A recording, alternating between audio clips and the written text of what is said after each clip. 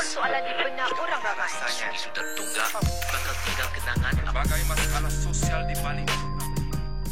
Selamat datang ke rancangan Bicara.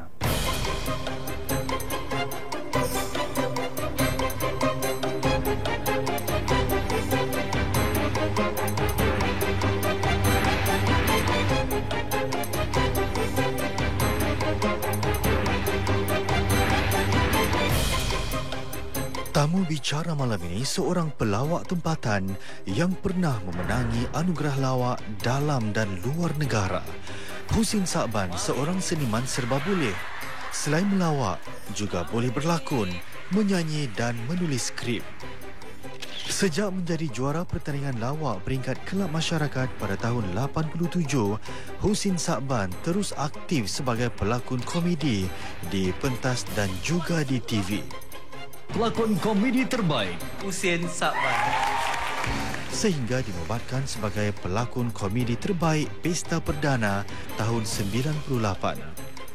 Pada tahun 2005, skrip lawak tulisan beliau menang pula drama komedi terbaik Anugerah Sri Angkasa di Malaysia. Wati lambang berdarah.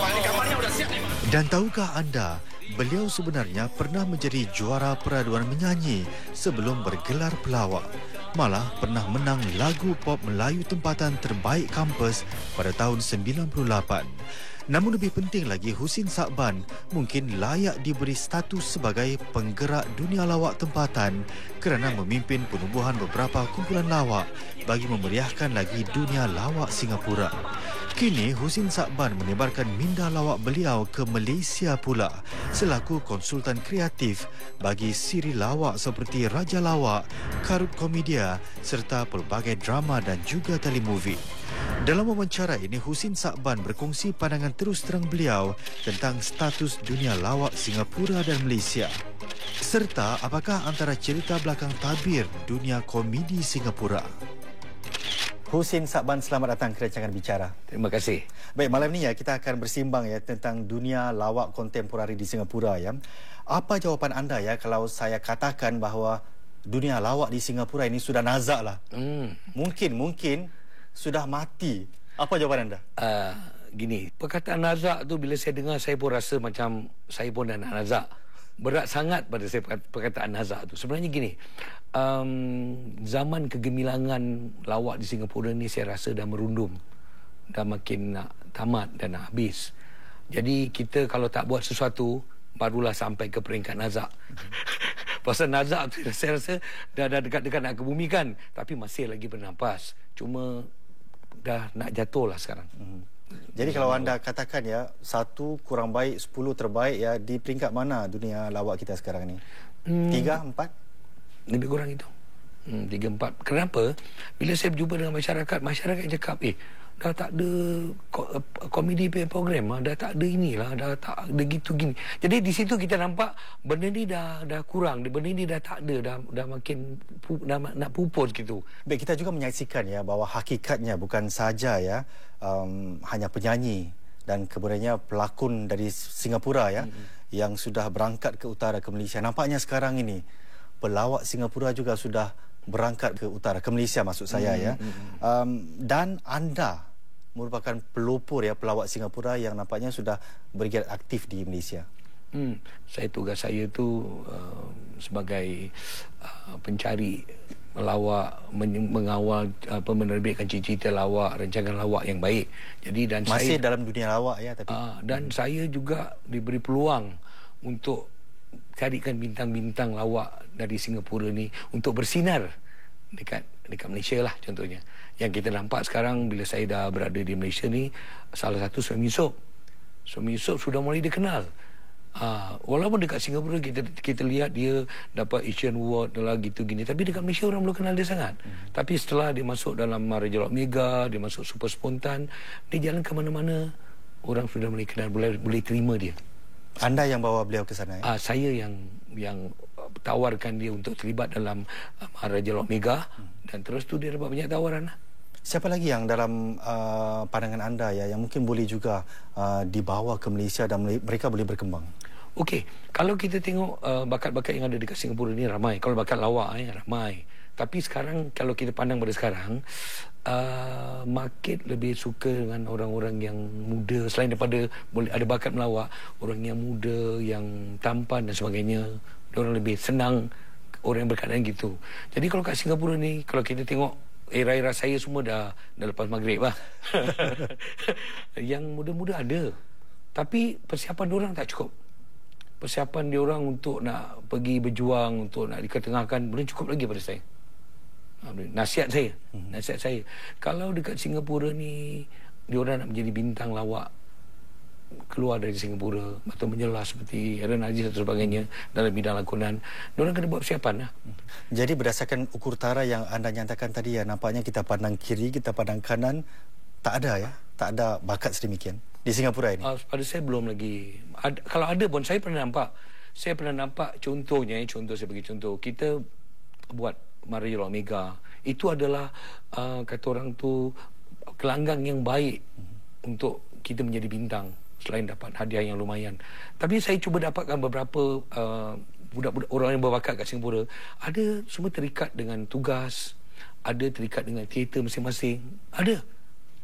Jadi masalah dekat Singapura ni, kadang-kadang diorang tak sepenuh masa, tak jadi artis sepenuh masa. Jadi bila tak jadi artis sepenuh masa, tak boleh lah, kita tak boleh pergi jauh lah.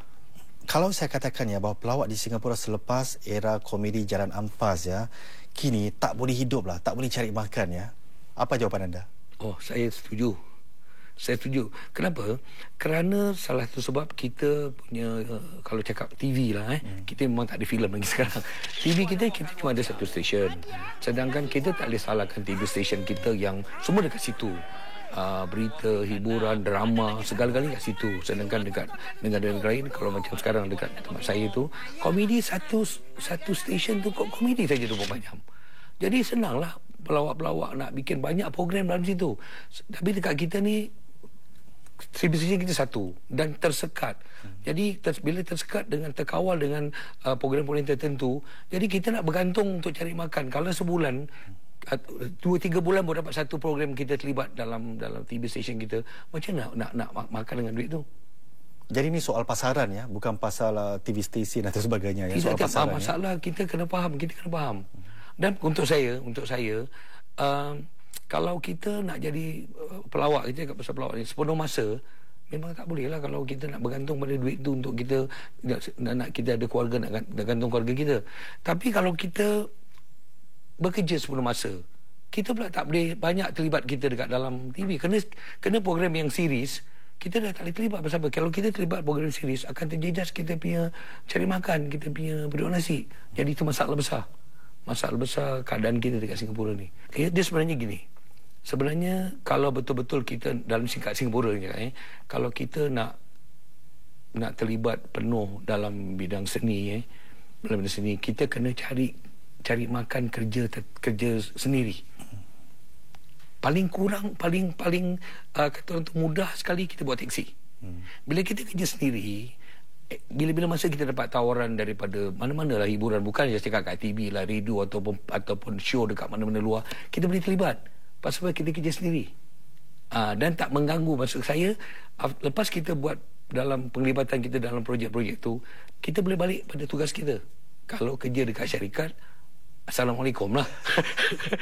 Cuti dah sampai 3-4 minggu cuti kan, balik pintu kena tutup lah. Jadi masih boleh kalau kita nak hidup dengan duit seni kita tu, tapi kita ada pendapatan tetap lah, berniaga dan sebagainya. Dan ini juga masalah untuk para pelawak Singapura kalau mereka mahu berhijrah ke Malaysia ya, atau mahu cuba memecah masuk pasaran Malaysia ya. Masalah cuti. Saya bagi satu contoh. Ini benda benar ni. Saya dah usahakan pelawak-pelawak kita yang dekat Singapura ni untuk masuk dalam Raja Lawak. Bukan Raja Lawak Mega tu besar, Raja Lawak. Itu adalah pada saya peluang yang baik untuk mereka dikenali ramai. Pasal apa? Kalau kita jadi masuk ke final, tawaran daripada production house, daripada filem dan sebagainya banyak. Saya boleh sebut nama sekali. Zainal dan Saifuddin Mahfuz yang terpilih untuk masuk final, untuk pergi ke Malaysia, ke KL. dalam ramai-ramai Sabah, Sarawak, Penang sebagainya, Singapura satu kumpulan yang kita pilih dalam 13 kumpulan. Last minute tarik diri kerana Zainal dia takut menjejas kerja dia, kerana kalau dia dapat tak tersingkir berterusan hingga ke minggu yang ke-10, bermaknanya dekat berapa minggu dia harus tidak kerja. Bila jadi dia tak berani, dia tarik diri. Macam mana?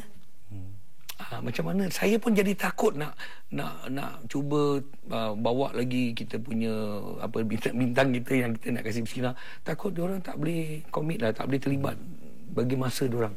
Itu masalah tu. Jadi untuk memasuki pasaran Malaysia perlu berkorban ya, maksud anda? Sangat. Kalau kita berkorban, kena tinggalkan keluarga, kena buat pengorbanan yang besar. Bersedia tak diorang? Kehidupan kita ni, kita boleh berkorban tak? Kat mana kita nak tidur, macam mana makan kita, macam mana pendapatan, semua kita sanggup tak? Kalau tak sanggup, memang payahlah pada saya.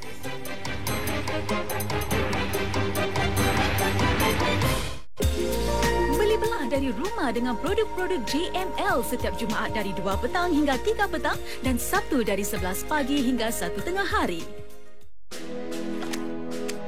My name's Eli Shane. This is where I live. At least, it was. Until I took the drop down to the hidden world of Slugterra. Down here, you need to sling slugs to survive. Duel! Catch this brand new series. With my friends and these little guys, I'm ready to slug it out. Slugterra, Tuesday to Friday, 7 p.m. on Octo. Ayo luangkan malam Selasa anda bersama keluarga di gelanggang main-main. Ayah mana? Oh, masalah ni. Bersama juri undangan cilik minggu ini, Danish Kayum Putra. Ini anak ayah ni, anak ayah. Tengok muka dia macam Jaden Smith kan? Bapak dia Will Smith tak? Saksikan Main-Main Selasa 8.30 malam hanya di Suria.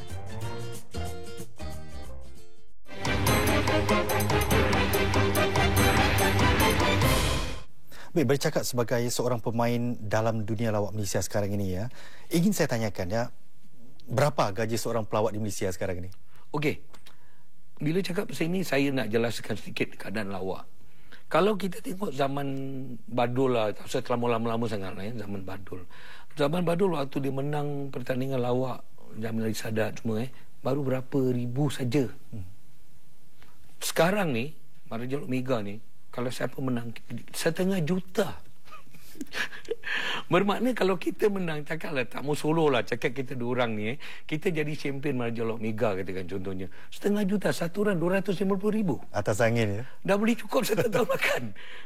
Belum cakap lagi tawaran-tawaran. Dan sana saya dengar lah, yang saya dengar kalau satu filem orang boleh sampai dekat 100,000, puluhan ribu satu filem leading ataupun main cast. Dan DJ Radio, pelawak yang jadi DJ Radio pun puluhan ribu gaji. Macam gitu. Dan yang paling... Puluhan ribu berapa ribu ya kalau anda tahu? Yang saya dengar paling besar lah 50,000 sebulan. Sebulan? Dan berapa besar pula ya pasaran untuk para pelawak di Malaysia? Kalau kita tengok sekarang data balik, dulu penyanyi punya pendapatan lebih besar daripada pelawak. Sekarang dekat Malaysia contohnya lah, saya tak tahu dekat Indonesia dan sebagainya, pelawak dekat Malaysia berpendapatan kadang-kadang satu dia terlibat dalam show lebih besar daripada penyanyi. Berapa besar? Banyak. Ada perbandingan? Kadang-kadang boleh double. Boleh 1 kali ganda, 2 kali ganda. Kita nak dapatkan pelawak. Kenapa? Kerana kalau penyanyi ni selalunya diorang menyanyi, berlakon ni kadang-kadang berlakon, tapi pelawak ni kadang-kadang diorang dah gunakan diorang sebagai pengacara, sebagai host. Jadi kalau tengok sekarang lah, macam contoh Zizan, Johan sebagainya, Nabil apa semua jadi host. Diorang dapat kat radio, diorang dapat jadi host rancangan-rancangan yang besar. Bermakna besarlah pendapatan dia. Itu. Jadi bermakna peluang pelawak, kita cakap pasal pelawak ni untuk meraih pendapatan yang besar bukan dekat Singapura, dekat luar Singapura banyak ada. Kalau anda boleh terus terang ya, seorang pelawak di Singapura ni berapa pendapatannya yang terbaik? Kalau pelawak saya nampak biasa-biasa je lah. Kita Kalau standard rate drama lah. Kalau cakap drama tu, itulah rate berapa yang diorang bagi, baik production house kat luar, production luar, rate dia lebih kurang gitulah. Tidak sangat besar lah. Cakap terus terang berapa? Kalau saya lah, kalau saya sendiri ni, harga saya turun naik. Tak tentu. Ada kadang-kadang paling sikit. Ada kadang tidak sangat. Kalau cakap, saya tidak dapat melebihi daripada 1,000 lah. Sebulan ya? Satu projek lah. Satu projek. 1,000 lah. Habis kalau sebulan kita tak pernah dapat 2-3, macam nak beribu-ribu. Memang saya rasa itu memang market lah. Bukan saya cakap kita ni kecil lah. Memang pasaran kita macam itulah. Market diorang ni kadang-kadang kalau kita lihat dekat Malaysia, apa yang saya dah pengalaman dekat Malaysia ni, orang yang tidak terkenal, yang tidak banyak keluar dekat TV, contoh macam Ali Mamak, contoh kita jarang, tapi diorang banyak job, banyak projek dekat luar, kampung-kampung, tak mahu cakap dekat istana atau sebagainya, dekat kampung-kampung, dekat Felda lah, dekat mana lah, mesti ada. Itu baru satu negeri tu. Kadang-kadang kalau kita banyak negeri yang panggil diorang, jadi diorang kata pada saya tu banyaklah job diorang boleh dapat, banyak peluang diorang boleh dapat, pasal besar. Satu negeri je berapa kampung ada, berapa industri, company kita kan, badan-badan pemerintah, company Melayu dekat sana, badan-badan pemerintah, banyak sangat lah. Kalau sini company kita boleh kira berapa company je yang boleh panggil kita untuk buat dia punya acara. Jadi kalau itu sebagai satu ukur tara ya, saya kira pelawak di Singapura tidak satu pun akan pernah menjadi kaya ya. Tepat. Bukan pelawak je, saya rasa semua orang seni Singapura. Maaflah kalau saya silap ni tapi apa yang daripada sudut pandangan saya, orang seni Singapura ni tidak boleh menjadi kaya raya.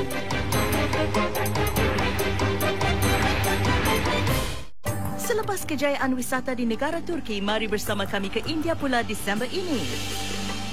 Teroka negara yang penuh mitos dan selami sejarah Delhi, Agra dan Jaipur. Mustafa Air Travel menawarkan pakej menarik beserta penginapan di hotel-hotel 4 bintang dan makanan halal. Nikmati keindahan Taj Mahal, berhibur dengan persembahan tarian Bollywood dan dapatkan tawaran hebat membeli belah. Jangan terlepas peluang percutian untuk anda sekeluarga. Hubungi Mustafa Air Travel sekarang juga. Ayo membeli belah di kota-kota serantau Asia.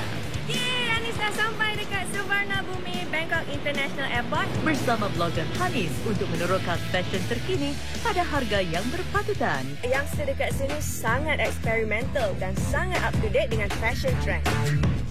Dalam Mad Market, Rabu 9 malam di Suria. Awak tak tahu cerita ke? Cerita apa? Mak awak pilih Salama jadi model tudung kita. Halangan yang perlu dirintangi. Sambung menyapu lah. Apa salah Sal dekat Sarah? Tukang sapu ni perampas. Saksikan bahagian kedua, Angan si Tukang Sapu, Rabu 9.30 malam di Suria.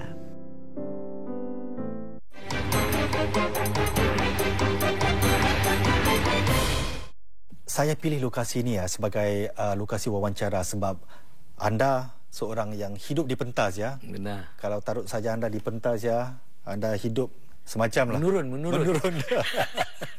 Dari pentas anda kemudian ke TV ya. Dan dari TV kemudian anda menghasilkan telemovie dan sebagainya. Namun saya akan berhujah ya bahawa apa yang membuatkan anda Hussein Saban ialah anda merupakan segelintir ya pelawak di Singapura yang boleh menulis skrip lawak maksud saya. Itu yang menjadikan anda Hussein Saban lah, seorang penulis skrip komedi yang handal di Singapura. Jadi soalan saya, dari mana datangnya kepandaian anda untuk menulis skrip sebenarnya? Saya memang minat sastra. Zaman remaja saya pernah nak mengikuti dulu-dululah waktu zaman belajar skrip dengan Guy Post. Mungkin awak jumpa tak zaman tu.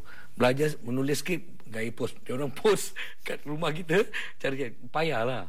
Mula-mula saya waktu duduk kampung tu, saya dikenali sebagai penulis skrip cinta. Penulis surat cinta. Dulu zaman surat. Dulu orang tak ada telefon, tak ada SMS, tak ada apa-apa semua. Dulu kalau nak memikat seseorang tu dengan surat, dengan kata-kata yang indah, dengan tulisan cantik, saya lah salah seorang dekat kampung tu yang orang minta tolong tulis. Kampung mana itu? Dulu saya duduk dekat kawasan Jurong. Nama kampung saya itu Tanjung Kling. Jadi ada cerita. Satu hari saya diludah oleh seorang perempuan. Apalah punya suin saya. Saya dah kenapa perempuan ni ludah saya, nampak saya diludah ni. Saya tertanya, apakah dosa yang telah aku lakukan? Belum dapat jawapan ni, abang perempuan tu jumpa saya, marah saya.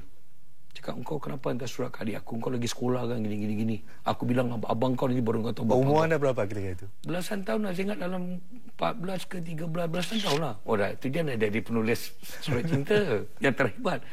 Jadi saya cakap, aku tak hantar surat dekat adik kau. Macam mana adik kau cakap aku hantar surat adik kau? Ada. Adik kau. Adakah nama aku? Dia taruh H. Kali H baru saya ingat, ada kawan saya nama Hassan, dia suruh saya buat surat. Ini Hassan mungkin sikit darah, taruhlah Hassan, dia taruh H. Jadi mungkin orang tahu ini kata-kata saya, tulisan saya. Jadi saya terus terang, bila abang dia jumpa Hassan tu settle. Jadi berbalik pada komedi ni. Nanti dulu, berapa banyak surat cinta anda tuliskan untuk orang lain? Oh banyak lah. Saya ingat adalah lebih daripada 6-7 orang saya bikin lah. Semua datang jumpa saya lah. Pasti selalunya berjaya. Dulu biasa dengan lipatan dia, dengan taruh minyak wangi lah, taruh daun bunga ros lah, macam-macam lah dulu. Ini ikhlas atau cari makan? Oh tak, itu free ikhlas. Tolong kawan lah kan. Dan lagi satu, kita berbalik. Ini saya bagi apa yang saya ada kat kepala saya ni lah. Terlanjur ada ni kan. Pasal awak attack saya ni pun tak ada kasih can untuk saya berfikir-fikir ni. Ini bukan bicara dia macam bicara kat mahkamah gitu. Jadi lagi satu, kenapa saya menjadi penulis yang baik lah. Saya tak mencakap yang terbaik, yang baik. Saya hidup di kampung dan di bandar. Jadi saya ada sejarah kampung, saya ada sejarah bandar. Pertama, pengalaman itu ada pada diri saya. Kalau bandingkan mungkin budak-budak sekarang terus hidup di bandar, dia tak tahu apa cerita-cerita kampung, masyarakat kampung. Betul-betul saya pergi Malaysia, saya senang bawa cerita Malaysia. Pasal apa? Saya mesti duduk kampung. Kita tak boleh bawa cerita flat kat sana. Kita tak boleh bawa cerita, nanti aku turun Pasal kita kan buat skrip mesti, nanti aku tunggu aku siap-siap ni. Pasal kita selalu bayangkan kita dah dekat atas. Kat sana tak ada diorang. Kau tunggu dekat luar. Macam gitulah kita kena fikirkan. Anda pelawak ya, tapi kalau saya tanyakan, apa mungkin di antara pengalaman paling lucu lah yang melibatkan anda dalam dunia lawak ni ya, yang kalau anda terkenang anda pasti akan ketawa. Apa dia agaknya? Okey. Satu, kita pernah melawak dekat depan-depan orang-orang corporate. Diorang lucu, tapi diorang kawal ketawa diorang. Jadi kita tak dengar orang ketawa. Macam berbahang tu kita punya muka tu. Nak habiskan 15 minit macam 15 jam lah. Itu satu pengalaman saya. Tapi kita harus kuat lah. Yang kedua, pengalaman lah.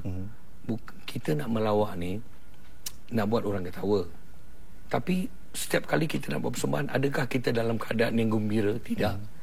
Kadang-kadang kita dalam keadaan sedih. Kadang-kadang kita dalam keadaan marah. Tapi kita kena taruh tepi. Sebab tu cik dan menurun. Bila kita sudah ada dekat atas pentas, kita sudah bukan Husin Saban lagi. Saya dah bukan Husin Saban. Banyak orang ingat saya sampai orang yang tak pernah nampak saya. Bila nampak saya kat luar, saya diam. Saya pernah kena sindir awal-awal. Saya jadi pelawak ni. Wah, sombong lah. Wah, fierce lah. Saya cakap itu adalah saya. Kenapa cakap saya sombong, saya fierce? Saya gitulah. Takkan saya kat luar nak tersengih-sengih. Rupanya diorang nak macam gitu. Diorang nampak saya dekat TV, saya dilahirkan depan mati diorang. Saya gila-gila. Itu gila-gila itu adalah lakonan saya menurun. Terpaksalah kadang-kadang kat luar pun saya menurun. Jadi berbalik apa tadi soalan tadi? Pengalaman. Jadi kita pernah satu ketika saya Saifuddin sama Harib. Ini kalau diorang tengok dekat TV, diorang tinggal sejarah ni. Kita nak buat show dekat depan orang ramai. Sepatutnya kita buat 2 segmen. Sekali kerana keadaan masa, kita dipotong tinggal 1 segmen jadi. Saifuddin ni memang dalam geng-geng kita ni dia hang jebat. Saifuddin dalam kita geng komedi dia tahu dia hang jebat. Kalau pilih mesti baju merah je. Jadi cepat hang jebat. Baran ya. Baran. Dia kalau tengok tu mesti dia tahulah ni dia lah Saifuddin. Jadi dia marahlah bila kita daripada dah berlatih 2 segmen lain daripada 1 segmen. Dia sudah bertekak dengan FM tu. Bertekak sampai ada polis datang dulu bertekak. Habis bertekak semua dah settle lah. Sekali kita nak perform ni. Dia tengah muka tengah merah tengah kita nak perform. Tapi itulah, kita boleh lupakan sekejap. Lupakan sekejap, kita boleh perform, boleh melawak. Bukan senang. Orang tak tahu, ingat kita naik pentas tu kita macam sentiasa happy je. Orang tak tahu kadang-kadang ada masalah. Saya pernah nak buat satu show, mak tu saya meninggal. Saya terpaksa tinggalkan dulu, saya buat show. Jadi orang tidak tahu kita sebenarnya, pasal orang nampak. Sebab saya cakap, kita dekat pentas, kita dah kena tinggalkan diri kita sendirilah. Orang lain lah tu. Husin Saban, ayo beritahu penonton ya, peristiwa yang anda rasa paling bangga sekali lah sebagai seorang pelawak atau seniman atau karyawan lawak ya, yang anda rasa anda begitu dihargai. Kalau luar dari Singapura, saya terlibat, sebenarnya saya banyak tu dah buat projek-projek dekat Malaysia. Saya dah pernah buat sitcom, saya dah pernah buat telemovie dengan Han Hai Vek. DN Moon nama cerita dia. Saya dah pernah buat. Saya dah buat sitcom, dah buat macam-macam barang. Saya banyak di belakang tabir lah. Pasal itu kita boleh secara jauh kan. Sebagai apa ya? Sebagai penulis. Dan kita buat satu sitcom, saya dengan Khairul Anwar. Terima kasih kepada Khairul yang bawa saya, apa ni kata orang tu, melamar saya. Nizam Sani dan Bob Adrai melamar saya untuk duduk dalam Astro. Kita buat sitcom dekat RTM. Dan sitcom kita tu yang berjulur, saya gunakan ada-ada saja tu, saya gunakan nama tu. Sitcom tu saya buat, kita dapat menang anugerah Srihankasa drama komedi terbaik. Dan Saripah Sahira saya ingat jadi pelakon komedi terbaik. Itu salah satu, saya ingat, gelanggang yang besar ataupun anugerah yang besar. Walaupun saya tak dapat anugerah tu, tapi skrip saya terlibat dalam kemenangan tu lah. Sekarang boleh katakan 95% pelawak-pelawak besar dekat Malaysia dah boleh terima saya, dah macam kawan. Sebut nama saya dengan orang tu, Husin Saban. Yang paling saya sangat terkejut tu, kita buat anugerah lawak. Anugerah lawak ni dekat Malaysia baru Astro buat. Bermaknanya dalam anugerah tu semua untuk lawak saja. Skrip lah, pelakon lah, apalah sebagainya untuk lawak saja. Seluruh Malaysia. Seluruh Malaysia. Itu baru pertama kali tu buat dalam Malaysia. Jadi dalam anugerah lawak tu, kebetulan satu kategori pelawak paling popular lah. Pelawak paling popular ni bermaknanya yang banyak orang undi, orang ini. Jadi nama-nama besar dekat dalam, si Izana, Johan, nama besar lah yang orang memang meletup kat sana. Yang menang Jeb Sepah. Jeb Sepah ni memang besar nama dia lah. Dia yang menang Maharaja Omega, dia menang Jeb Sepah. Masa dia bagi ucapan, dia cakap banyak nama yang nak sebut untuk nak berterima kasih. Tapi dia perlu mesti sebut nama Bob Adrai, dia sebut nama saya Husin Saban. Saya terkejut. Kenapa saya dah ada dekat kepala dan bibir dia ni? Itu pada saya satu pengiktirafan yang besar lah bila menjawab pertanyaan tadi. Satu yang sejauh ni saya dapat lah di luar Singapura lah. Di dalam Singapura banyak, saya syukur, terima kasih pada semua orang Singapura lah. Husin Saban, terima kasih kerana sudi berbicara dengan kita kali ini. Saya berterima kasih banyak-banyak. Mudah-mudahan rancangan kita ni banyak yang menonton, insyaAllah.